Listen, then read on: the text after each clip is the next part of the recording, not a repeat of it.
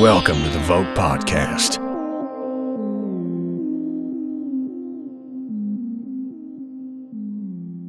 Hello, guys, and welcome to episode 7 of the VŌC Podcast. We are joined with myself, Vincent, and of course, this episode's special guest, who's none other than Gavin Hammon, Hello. hopefully, who's Hi. best known for voicing Kenny in The Walking Dead and voicing several other characters in the HITMAN series. Hi. How are you Pretty guys? sure he's got a bigger resume. Yeah. Oh, I don't even definitely. know. I couldn't tell you what's on it, to be honest. Yeah, no. Well, people have made it for you. I Yeah. guess so. Yeah, that's the nice thing about IMDb is even lazy people like me who don't update it, someone updates it for you, which is cool. Perfect. Yeah. Where are you guys? I'm curious. I want to know. I'm from the Netherlands, so yeah, that's pretty far away, I guess, Yeah. from where you are. Far from me. Yeah, I know. Not really far from Ronald. We are in the same time zone. But Cool. yeah, end of the Really far. workday. Yeah. And you, Ronald? Well, I'm from Slovakia. It's even further from you. I'm not even sure if you know where it is because Just a I little don't want to. bit. I don't want to do. disrespect. I don't want to disrespect Americans, but they don't really know European geography. So No. Well, I mean, I did have to. I lived through, where so much of the European geography Oh. changed pretty significantly. So Ah, I may yeah. not Little be bit. up to date on what all of the countries are, but I made it through Perestroika. So I knew what they Excellent. were then and just after. So excellent. All right. So how are you doing with COVID and all? doing fine. My wife and I like each other, so that's a bonus. Our Oh, wow. kids are, I know, right? Our kids are doing okay. My youngest just resumed in-person school, so he goes to school for like 2 hours a day every day. And Ah, then yeah. most of the rest of his time is like this on Zoom. Work-wise, it's been pretty seamless for me because I had been pretty actively trying to work from this weird little space as much as possible. Just because it would take, if I had to be in Los Angeles, it takes me 5 hours to drive there. If I have to be in San Francisco, sometimes it takes me 5 hours to drive there, and I'm 30 miles away from San Francisco.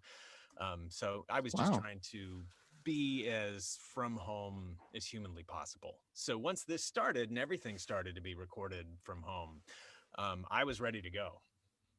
So it's been okay. Yeah, I can't complain work-wise. It's just the madness of the world around us that has Mhm. been trying.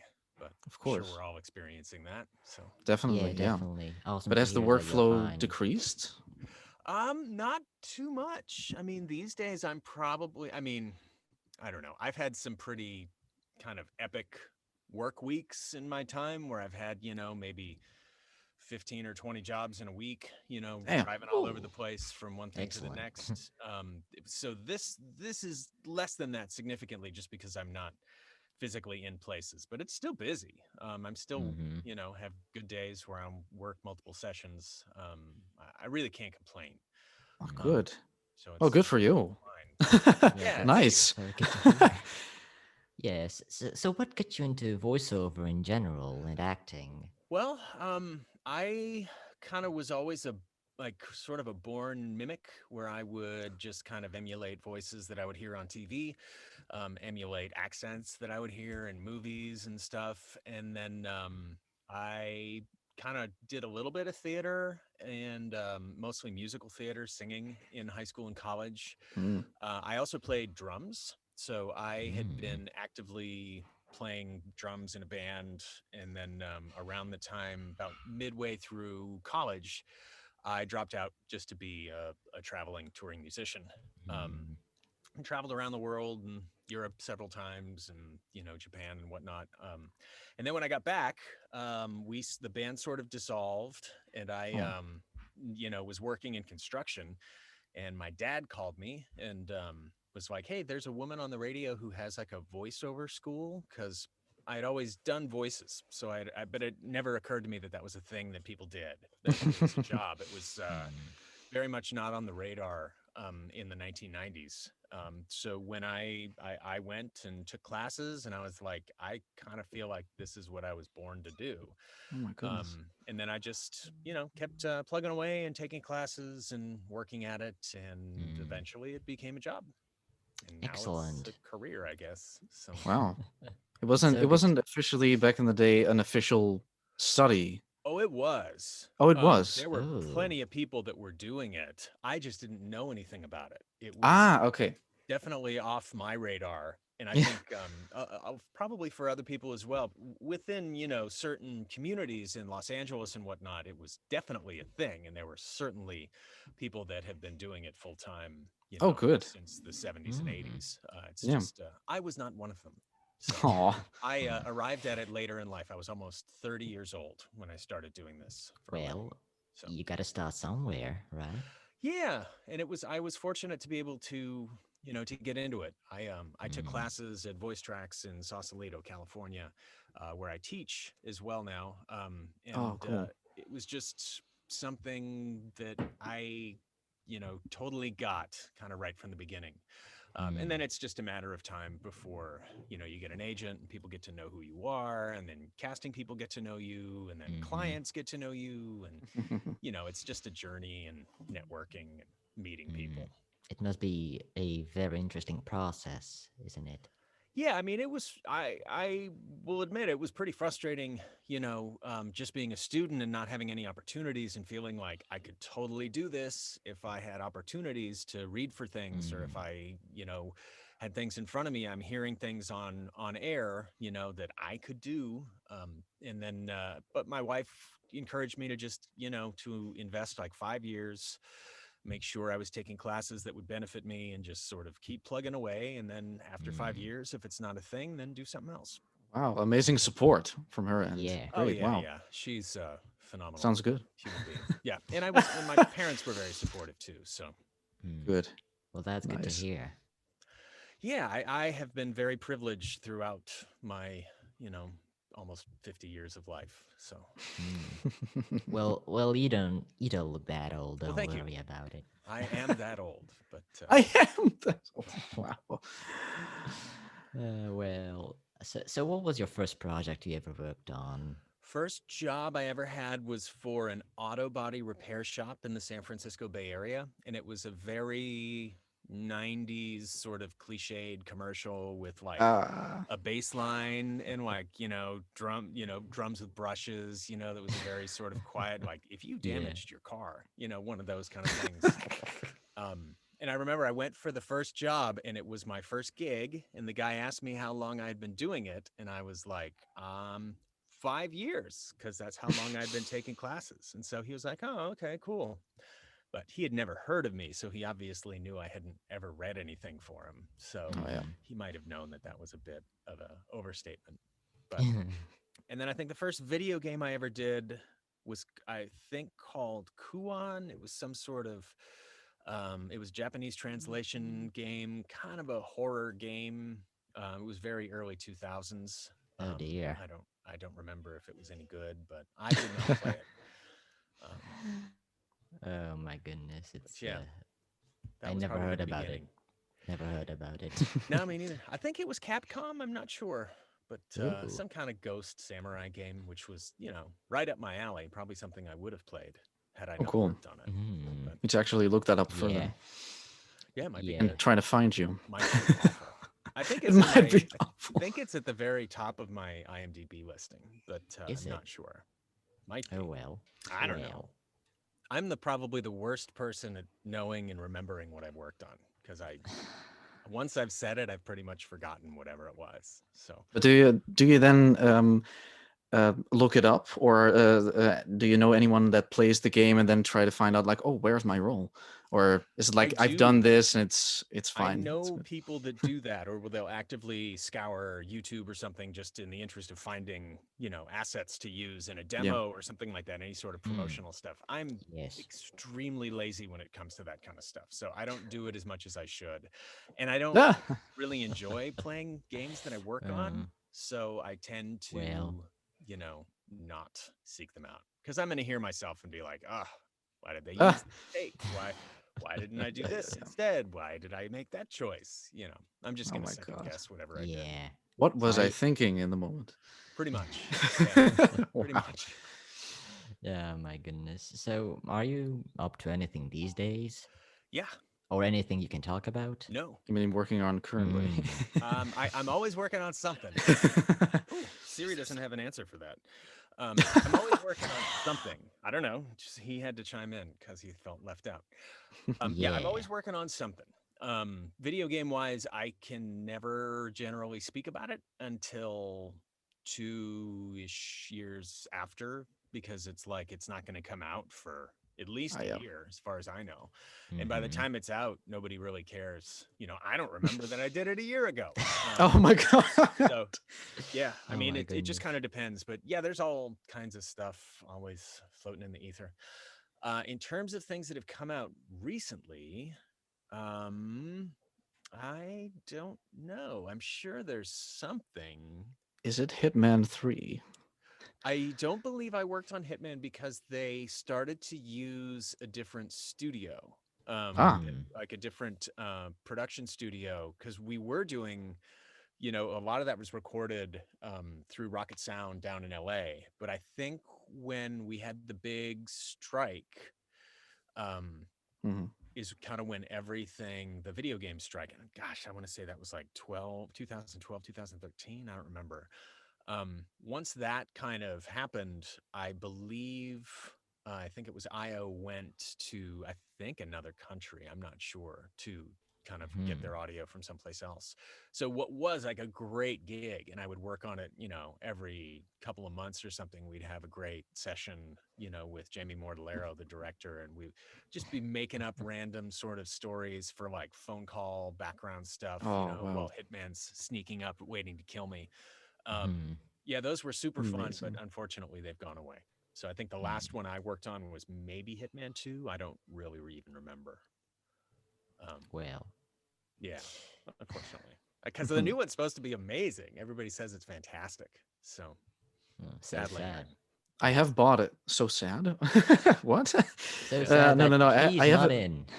I guess Oh it's yeah. sad that I'm not in it. It'll still be great, even without me.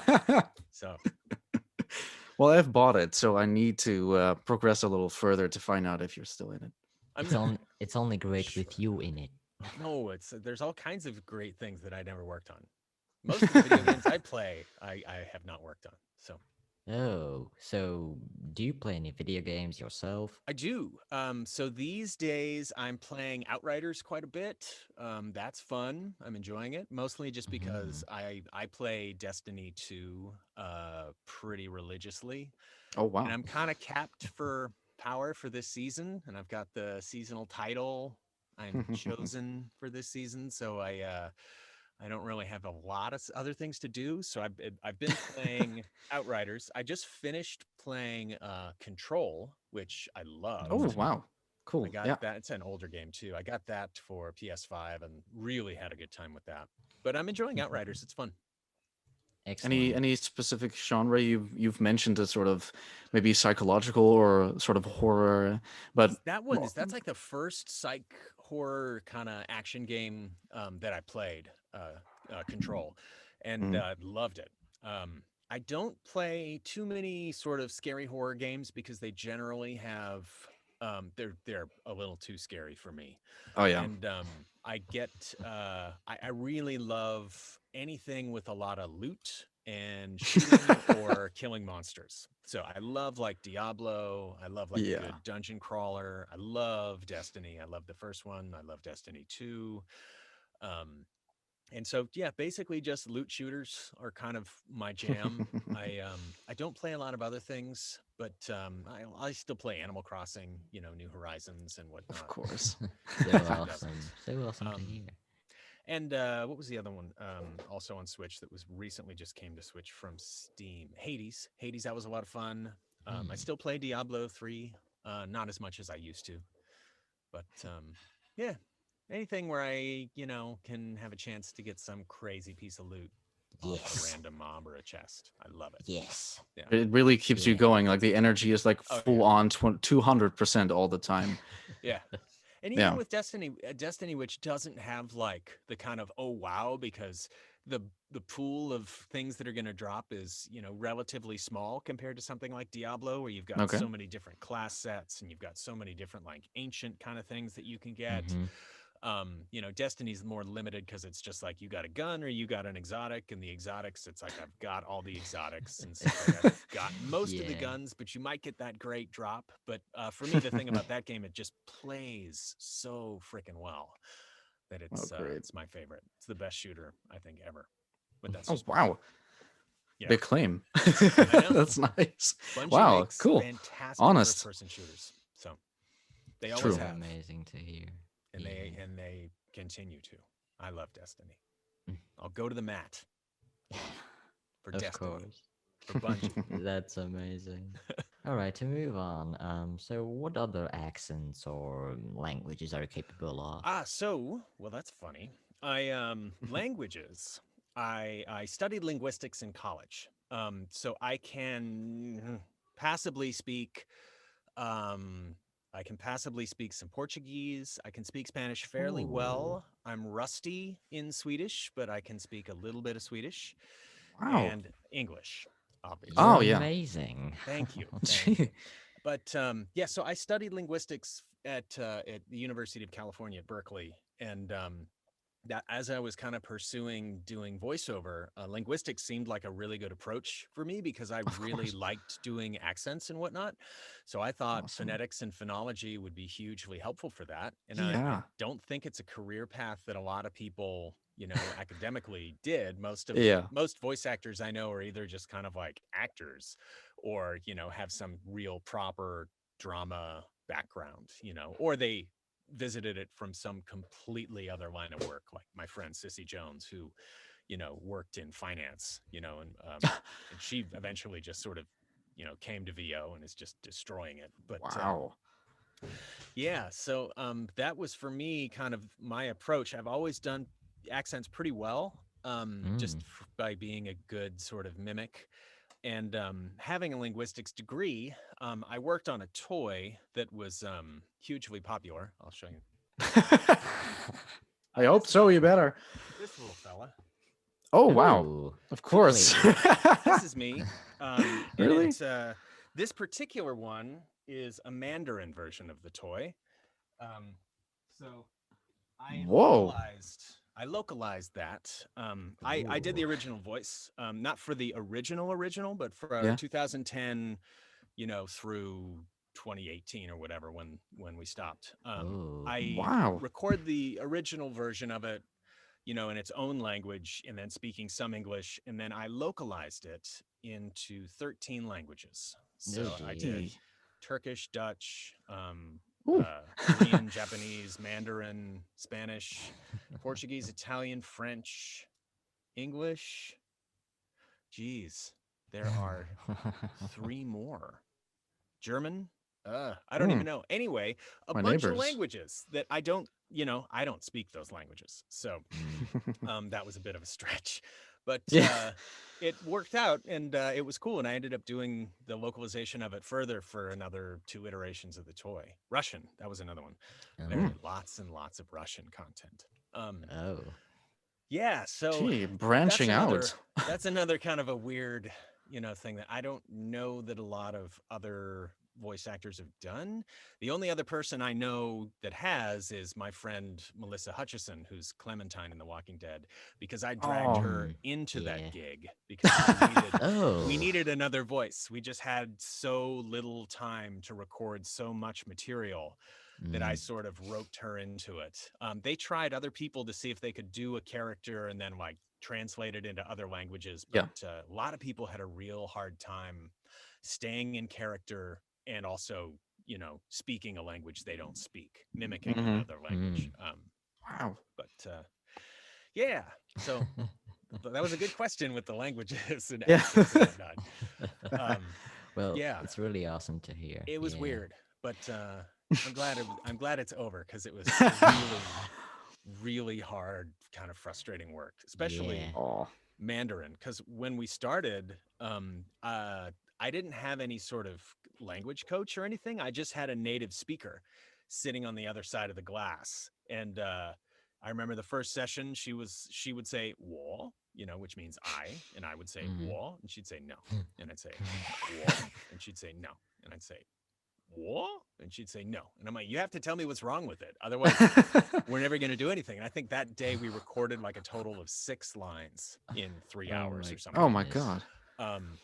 So eventually I kind of said, if we're going to do this, if you like want it to ever get done, like we have to bring in like a coach or someone that can actually teaches the language so they can at least tell me how and what I'm doing wrong. Oh, great. Yeah. And so they did, and it worked out super well, and we did all 13 languages. But it was crazy. Polish, that was another one. Oh yeah. But yeah, it was really, really bizarre, but fun. And mostly it was Crazy. just a lot of, people in other markets just sort of shaking their head and saying like, that does not sound French, or that does not sound German. And we're like, yeah, because the toys from outer space and it's learning the language from your dumb kid. So it's cool. Of course, yeah. Not quite so much. But They're not gonna notice. they notice. Oh. Absolutely would notice. And like we would do lines in French and stuff, and like, being, having gotten up 3 hours in order to drive to where those sessions were, because they were a long way from my house. So I would commute in rush hour traffic both ways to get there. And then having sat through traffic and then being in a session with, say, like the French localization team, where I would say something, a particular way, and it was never quite French enough. So, and I would always do 3 takes. So on the 3rd take, I would do it like way too French, where it's like the character is barely there, and they would always be like, "Oh, we like the 3rd one. The 3rd one is perfect." Like, Yeah. Yes, we can't use the 3rd one. So, Oh. So amazing But it's fun. to hear. It's fun. Well, so you play Kenny in The Walking Yes, I Dead, do. right? And so how was his role to get into? Was it hard? Or It's funny because how was it? So Telltale was, and I guess I can say these things now because they don't exist anymore. Yep. Not in the current capacity. Telltale was notoriously abusive of casting, which means abusive casting is when a developer sends a job or a casting opportunity to an agency, it's free. So the agency is sending that out. They're doing all the work to compile whatever the scripts are, sending them out to their actors, getting responses back from them, or bringing them in order to read them, directing them, sending that off to the developer, and then the developer can hire someone from that agency, in which case the agent will get paid because they'll take a commission of what I got paid or the actor got paid, or not. And then in which case whatever work that was free, and it's just kind of out into the universe. Okay. So what Telltale would do is they would have maybe 10 callbacks on something. So I've had gigs for them for roles that I did not book, where I had read for a character 13 times for one character. And I did Goodness. not book it, but they just kept having me do reads with their, like dialogue with the female lead that they want to use, or this sort of thing, and just like over and over and over, which was pretty consistent for what they would do. And I mean, I remember, agents would complain about it. They'd just be like, here it is again. Can you really? do whatever they want? But with Kenny, that was one role when all of the Walking Dead stuff went out. That was probably the first thing that most people, besides Sam and Max, and unless you were like a big Sam and Max fan, which I was, but, still am. Hi, Steve. But whoever was really kind of, that was the thing that put them on the map. So when that casting came in, it was right after the show had the first 6 episodes, the first, 6 episode season, half season, whatever it is. So it was a big deal when we saw it, and the casting docs from them were notoriously huge. It'd be like a 5 or 6 page doc. You would get a lot of exposition about who the character is, what their background is, what their relationships are with the player, with other people, and then you would get scenes. So you'd get like a scene that's got, maybe 3 separate scenes. One that might end up having high intensity, one that's just sort of medium, maybe one that's got action or something in it, depending on what they needed. And Kenny was a character that I read when it came through, and we had tons of other characters come back for recasting. Lee came back, Omid came back, pretty much everybody came back except Kenny. Kenny never came back. Oh, And I was like, oh, I guess, well, somebody got it. And I was that somebody, I suppose. So that was really cool, because it was, so, and it was not indicative of the way my relationship with them would go, because, after that I had the gig that kept on calling back and calling back and calling back. Yes. So that was nice on that one, just to sort of get something, out of the chute. I didn't know I got it, so I'm still rereading Omid and rereading, not Lee, because they were specifically looking for an African American actor. I understand. That sort of thing. I was just kind of, grateful to be included. And then we didn't really know how any of that was going to go. So once we recorded the first episode, we were working on the second episode. We had already started working on A Wolf Among Us. And then like the first episode came out and was like a massive hit. And then everybody was like, oh, well, crap, This is a big deal. We've got to probably take a little more time and think everything through. And that's when they kind of put Wolf on hold to be revisited later. But we had recorded the whole first episode. I think a lot of Wolf we had already recorded. But that was kind of one of the ways that Telltale worked. It's like, you might think that you're going to put out a 5-episode video game. You might think that you would finish all 5 episodes before you wrote before you put the first one out. You might think that you had written all 5 episodes before you put the first one out, but they did not. And there was a lot of tooling and retooling. I had sessions on both seasons, the first and second season of The Walking Dead, where things would be completely changed, completely rewritten. So I would come and I would have a session and we would like get through it, and then like everything would be scrapped because they would change one thing or change 2 things. Wow. So yeah, it was not an efficient way to make a video game. And how did they, in terms of direction, how did they try to direct you? Did they give like just like read this is the character, or they try to sort of put you in the mind of? Almost always working with Julian Kwasniewski, who is has become since a very dear friend of mine, and probably one of my favorite directors to work with always. And he would just kind of, just sort of let me do what I wanted to do. Because I mean, there were definitely days too where it's like, we have to get through this much stuff. We don't have time. I had driven from that other little toy gig that I showed you, where I would be working on that from 9 to 1, and then I've got to commute to almost literally the other end of the San Francisco Bay Area to get up to Studio Jory, may he rest in peace, up in Fairfax, California, where so it would take me maybe 2 hours to get there, and then we'd get there and we'd have an hour or 2 to get through it. And we would have sessions where I would just be kind of skimming ahead and he's angry at Lee. Okay, he's still angry at Lee. This is something else. And I would just be like, dude, I know what the context is, just go. And he'd be like, all right, fine, just go. Like, don't worry about it, because he's reading through and he's just gotten this script 15 minutes before recording it. So it was a bit hectic for sure. But, we got through it and won awards. So obviously we were okay.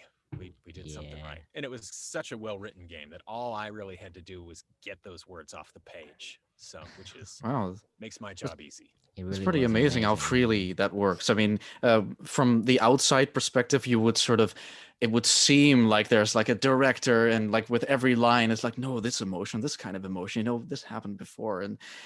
But it's more freely. It's definitely, for me, it's usually the sessions that I do are pretty free and easy, because I don't really care that much in terms of how the director wants to work.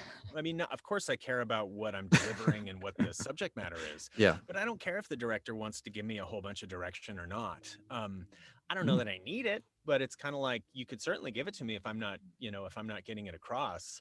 And I'm just kind of like, you want 3 takes, you want 9 takes, you want 1 take. It's like, whatever, we'll get through it and it'll be fine.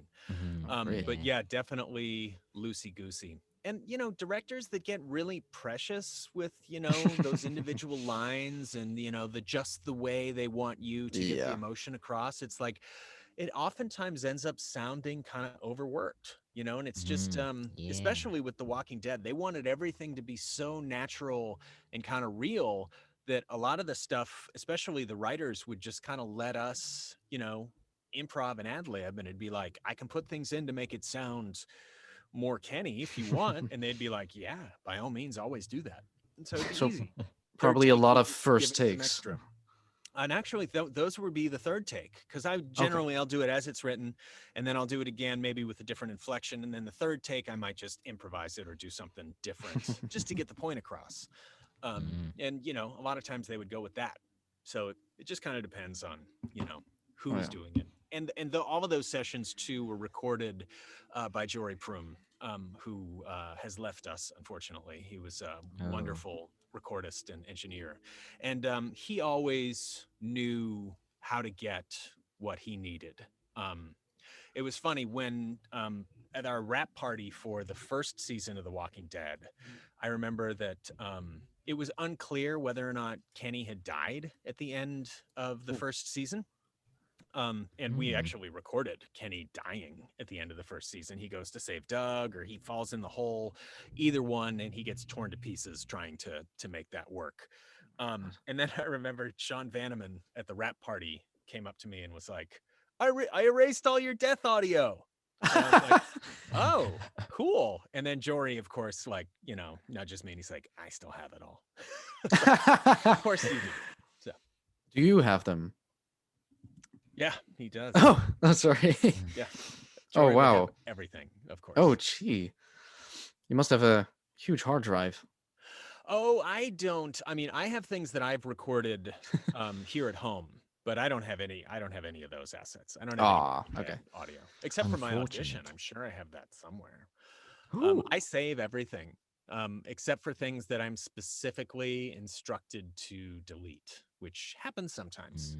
Oh. But yeah, most of it's just on a big old, 2 terabyte drive that I just get a new one once it fills up.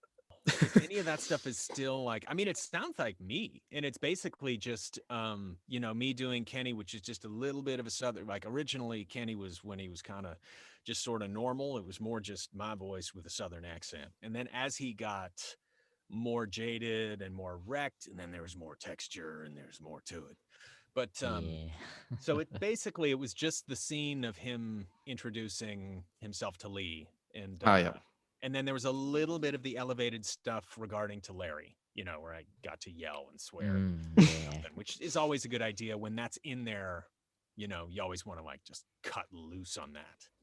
Once your audio is good, you always just want to make sure you're giving them the maximum amount of emotion, because Yeah. they may not want that much in the session, but if they know that you can get there, then that's good for you. So, Staying on with Kenny, do you have any favorite line? I mean, there are amazing, a ton of lines, but is there anything that stuck with you, stand out? yeah, I think Anything my that you favorite, made up? I think my favorite scene. Oh, well, I mean, I think I believe that several sort of devs have given me credit for introducing shitbird into Kenny's vernacular, which I totally stole from James Elroy, who's an author who wrote the Black Dahlia, which is a film, and great, Wow. creepy, hard-boiled, 50s kind of author. Not from the 50s, but that's kind of what he writes about. But yeah, shitbird.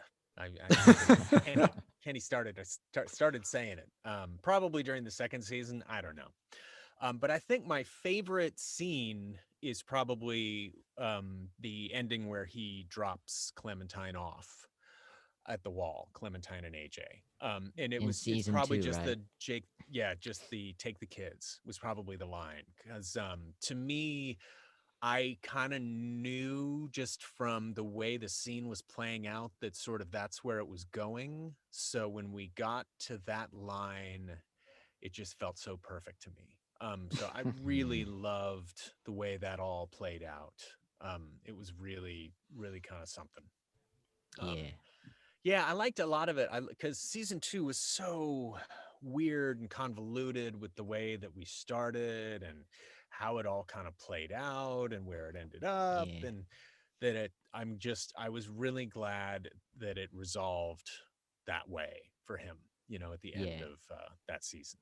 So Yeah, I it's was probably really the proud best to way be a part of it. because if we decide to stay with Kenny, of course he's gonna die in season 3, and you don't He's want gonna that. die anyway. I mean, he had Oh, already really? died. He had already died for most players by that point. Either way, so it was kind of like, Yeah, I mean, a kinda, lot of yeah. people were so, I got a lot of feedback from people in regards to how he died in season 3, and I was like, what? I don't know what you're expecting, because he was already dead for half of the players. It's like he was a determinate character at that point. It was like, Yeah. he's not gonna live forever, and it was like, so when people were getting, oh, they did him so wrong, and it's like, he was dead already, and it's like they kind of, they like orchestrated that, because it was, they were testing, how they originally, like, Kenny was going to be the Carver character. He was going to be the one in charge, and he was bad news. Yeah.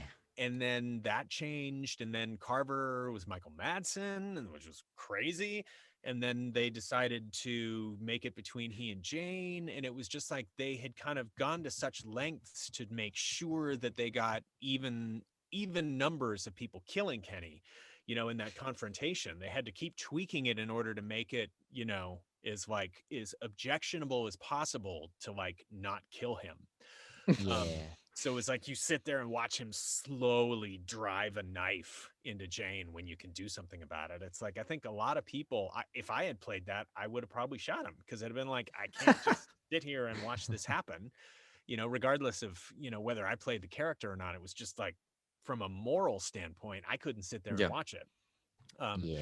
So I think that, it was totally something they understandable. definitely designed to, to elicit that response, which is fine. I mean, I totally get it. So, reacting to his death down the road, it's like, he's got to die somehow, right?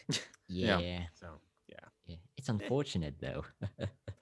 I guess. I mean, he had a really good run. It's like, I would show up at those first season sessions. I would show up every session and be like, so how do I die? And they'd be like, you don't. Like, oh, Oh yeah. cool. And like, we got to sessions for the 3rd episode where, Katya and Duck die.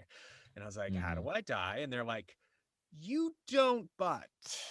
And then they sort of explained to me what we were going to be doing that day, which was a bit of a challenge. But yeah, Oh, really? I expected to die at pretty much every turn, just because it's The Walking Dead. It's like, nobody's ever safe. True. Yeah. Yeah, did you actually kind of like met the other actors of The Walking Dead? Of the video game or of the show? Yeah, the video game. Oh, yeah, totally. I mean, I met pretty much, I had already known Owen Thomas, who plays Omid. I already knew Owen pretty well, because we met at casting calls and whatnot, because we were both reading for a lot of the same stuff. And he and I both had done a lot of work for Leapfrog, which is an interactive, educational toy company. Hmm. And I had met Melissa under the similar circumstances. I met Sissy, who played Katya, as a result of working on the game. Same with Nikki Rapp, who played Lily. I had not known her before.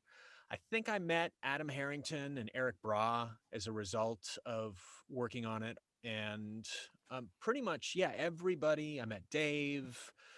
I met everybody, more or less, with the exception of the actors who maybe were based in LA or based in Atlanta or New York or something like that. Met Scott Porter, had Wings with Scott Porter and Dave Fenoy in Burbank.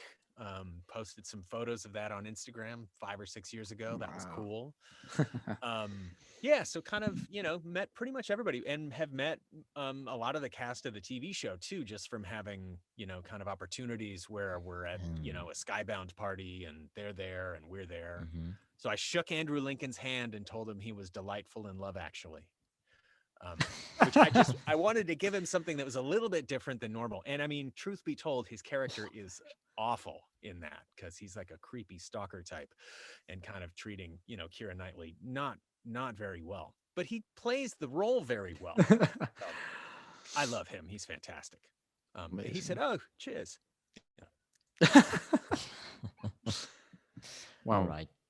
Okay, so this pretty much covers up all the Walking Dead questions. Vincent, Cool. if you want to go ahead and ask the Hitman and the Sims questions, I would Oh be Yeah. boy. delighted. I have Oh found boy. those. No, just yeah, the Hitman questions. I mean, you've been in Absolution, Hitman Absolution, Yes. 2012, Yes. also 16, and it says 2018. Huh. Also, but it just says that on IMDb, and you are of course the living proof if it's true or not. But it says it right there. So Doesn't mean I remember anything. yeah, that's true. But we also a covered really that. good chance that with the 2018 version, I think that was Hitman 2. Mhm. I think there's also a good chance that the studio or IO Yeah. purchased my audio from the previous to just Ah. reuse in what's called integration, which is a union term where they can basically pay you for the audio and then pay an additional, it's almost like a double fee on top. And Okay. then they can have those assets and use them in other projects. Yeah, probably because it says like it's the same type of sort of tactical guards Yeah, type of it's character, and thugs it and just goes on grunts in and the other stuff. game. Yeah. Yeah, I Okay. excel at those. I do the grunts and the soldiers. I do those very, very well. And I'm willing to read them. I think a lot of people, a lot of other voice actors are less than willing to read them, but Okay. I don't care so much. Were they more sort of generic, like Central American, and then just No, just they're put it out just there? yeah, I mean, Or for us, Central American means like, Honduras, but just generic okay. guards or generic Yeah. troops or Yeah. something like that. Not from Yeah. Honduras, Mm, Okay. from somewhere in the United States. Yeah, somewhere. yeah. But how did you sort of get connected to those games? Because they were multiple, but I did it just just come up? I read for Absolution and booked it. Hmm. And I was with the same agency. I may have taken it with me when I moved LA agents at some point, but I'm not really clear on that. But yeah, no, I just read it and I'm really efficient in those sessions. I've had sessions on like COD where we were doing like a 1 hour one voice thing, and it was like we'll get through whatever we can get through, and it was all fairly short, like sniper get down, Oh my grenade, all god. that sort of stuff. And I remember we're recording and like I'm going and going and going and going and going, and then like they stop me and they're all how you doing? And I'm like, I'm good, how are Instantly. you? And then they're all oh okay, cool, yeah, well Let's keep going. you're further than anybody else has gotten, and it's been 20 minutes. And I'm like, Really? oh, okay. Well, I mean, we can keep going until we're done. And then so we went through. I had subsequent sessions on that particular game with the same director, and he said he told me once after one of them that he changed his title from director to witness Oh, because all he witness. was doing was sitting there watching me read those lines, and I was like, that is so funny and silly, but thank That's you. actually an Hilarious. honor to call it a witness. Oh yeah. Well, I mean, so for me, it's like those are fine. I can totally figure them out and make them sound kind of real and goofy. And I mean, those developed into such kind of a fun, open-ended thing, working with Jamie Mortellaro, who directed so many of those. And he would just be like, okay, so you're on the phone and you're talking to your wife and things aren't working out really well. You're really upset about, your parakeet dying or something like that. And go. And she like All you're right. just kind of making up this phone conversation on the other end. It was really fun because it was like always the same team, and it's like his team there at Rocket Sound and the guys at Rocket are so good, and so it's just comfortable and easy. And so you come in and you feel good at your job, and you just kind of Yeah. goof around for 4 hours. Yeah, those parts in the game are really known for years, even from when it started, like the end of the 90s or the early 2000s, Yeah. where all the goofy, weird conversations Oh that yeah, just yeah. and the game itself is so serious, and then Yeah, most of those yeah. just come from, sort of adapting the script through Jamie Mortellaro's brain, Amazing. which is fun. So yeah, those were really cool to be a part of, and it's,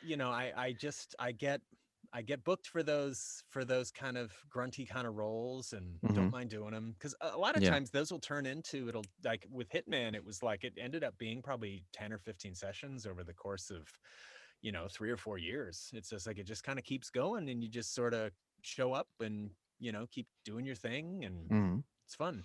And not too much of it was projected, so it's not like it's all screaming at the top of your lungs like No, those no. COD sessions. Those were Yeah. screaming at the top of your lungs.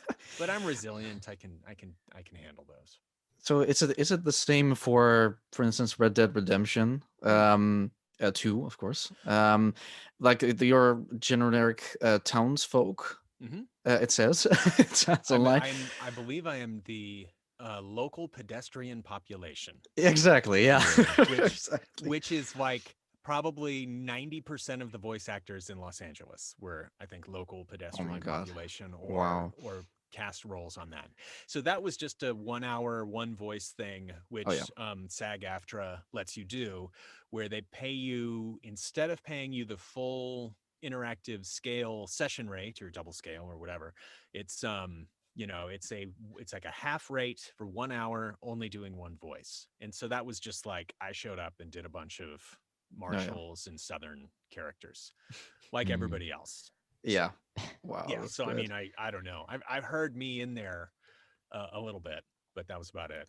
So, And were you sort of aware of the hype that led to the release, and the amazing for success sure. afterwards? Oh, for sure. I mean, just because it was Rockstar. And so Yeah. it was like Rockstar was already a massive Yeah. publisher with Grand Theft Exactly. Auto. And Grand Theft Auto, like 5 had come out at that point. So they were already, probably the biggest AAA developer Yeah. going at the time. So Yeah. it was a big deal.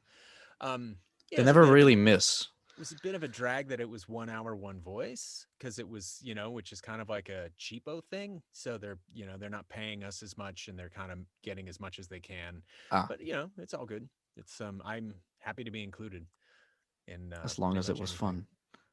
Yeah, and even if it's For not, you too.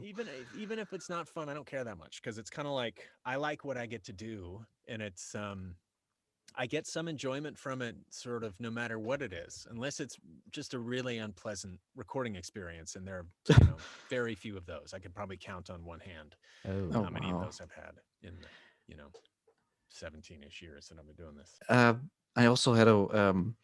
Do you still remember the Sims in SimCity 2013? Vaguely. Probably, because it was not English. No, it's Simlish, and Two. it's the drag about those two is it's like they'll have 3 documents in front of you that are each like Right. a phone book thick, and they'll have Oh. short phrases, medium phrases, and long phrases. And so they'll want you to take a phrase from here, a phrase from the middle, and maybe a phrase from the long one, or like sort of put them together, and you're sort of doing that in real time. Oh wow. I'd done other Sims work too, where you have to do ADR, which is the dialogue Yeah. replacement, to whatever they've already got modeled and animated, which is a huge drag, because it's like, I don't mind. I mean, ADR is great. I'm actually pretty good at it, but having to create the script in your brain with Yeah. using non-speech, well, not non like no semantic content speech, and basically get it across, while mimicking or watching something, move. Yeah. It's not super fun. Yeah. Sort of the emotion has to Yeah. get across while no one understands Yeah. what you're talking about. Which I've done a lot of. I mean, I've done a lot of weird interactive great. toys that, have to get emotion across without necessarily using speech, or things that don't use speech at all. It's something I guess I'm pretty good at. I've done a lot, but I don't love doing the Sim stuff. All So, right. not my favorite. But it is Not a skill on surprised. its own to get that For across. sure. Yeah, my friend Gee. Nikki Rapp, who plays Lily, she was one of the big voices of The Sims, I think Sims 3 and stuff. She worked on The Sims for days. So I would Oh. always just kind of ask her, be like, dude, what do I do? She's just like, Yeah. oh, here's some good sort of phrases that you could find. She sent me like a Sims dictionary, it was just like, Yeah. here's some of the basic phrases It exists. that, you Yeah. should know, and kind of throw them in when it's comfortable. But Mhm. yeah, those are a challenge. They were definitely hard. Amazing. Well, yeah, I just had to ask because it's such a special and weird. It is really weird, and that SimCity was different. It was still EA, but it was like I think it was a different team than the team that normally worked on The Sims. Maxis. Yes, so Yeah. it was a different director that I worked with, and it was just a different sort of environment. So it wasn't quite as robust in terms of what we had to do. There wasn't any ADR. It was mostly just kind of like, somebody's going to click on this bus and you need to say something as the Yeah. bus, which is not dissimilar to like a real-time strategy game or something, which I've also done a lot of, though. Oh. Move over there. You got it, Yeah. chief. That sort of thing. So Cool. All Wow. right. Is there any project or anything that you can talk about that's sort of coming up, or anything that you are excited to share? Like, you can follow me on here, Anything or that if you was want to know anything about my work, perhaps read yeah, it here. trailer or that I can something. do. I Yeah. can't. There's nothing that I can reveal that I'm working on. Most of which because I don't know what the things are. Oh yeah. Generally Yeah. speaking, I don't ask, and I don't get a lot of information about what a certain thing is. And if they tell you, it is generally under the under circumstances where they're like, you can never say anything about it until it comes Yeah. out. So Understandably. can't say that. But I think Lego. I can talk about Lego City, which is a cartoon on Nickelodeon. I Okay. play a very small Ooh. role named Bob, but it's a tremendous cast. It's super, super funny. And I think season 2 or something is just about around, or just sort of finishing up. So that's a lot of fun. It's always worth checking out. You can follow me on Twitter or Instagram. They're all just my name, Gavin Hammon, no D at the end. Oh yeah. Or Gavin Hammon VO on Facebook. Pretty much everything, that's not a very attractive brunette who doesn't look like me, who's another Gavin Hammon. Yeah. Pretty much anything else is me. So he's a Yeah. beautiful man. He really, really is. So. I have to trust you. All right. Oh wow. Can I maybe ask what's that gigantic collection behind you? Is it is well, it's not just one Yes. thing, of course, but I mean, No. what's it So yes, mostly? I collect toys, and I have a lot of them. Mhm. So inside, I'm in a booth right now. This is my ISO booth that I built, and it's kind of wall to wall toys. But the room that it resides in is also wall to wall toys. Let me Okay. I'll show you one sec. Hang on. Yeah. Wow. That's a good setup. That's the rest of the room. And there's Look a at drum kit that. because I play drums. My goodness. There's a lot of stuff. Oh my god. I hope this is not Excellent. somewhere in the living room, or No. This is in my own little personal space. So Oh, it's a very good. small space, and it used to be a band room, which it had like this crazy refrigerator door.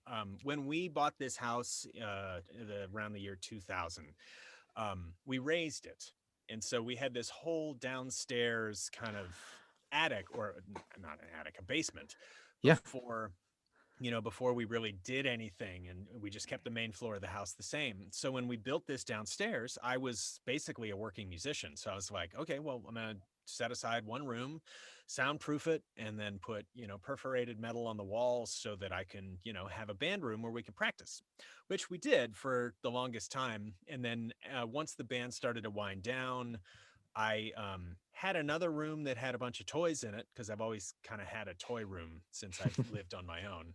And so eventually it became clear that I was only really going to have one room, and that I should probably put all of that crap from other rooms into this one room.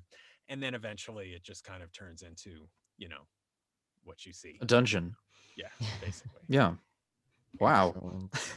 It's amazing. Thanks for clearing this up. Yeah. Sure. Great. Yeah, it's floor to ceiling toys, and I mean there's stuff hanging on the My ceiling God. as well. It's a little silly, but It's I've been cool. doing it a long time, and you run out of space, and so you just start cramming things in little other spaces. Oh, don't be ashamed. Never be ashamed of what you like to do. I'm not ashamed. I'm just you trying just to buy reach another these little- garage box.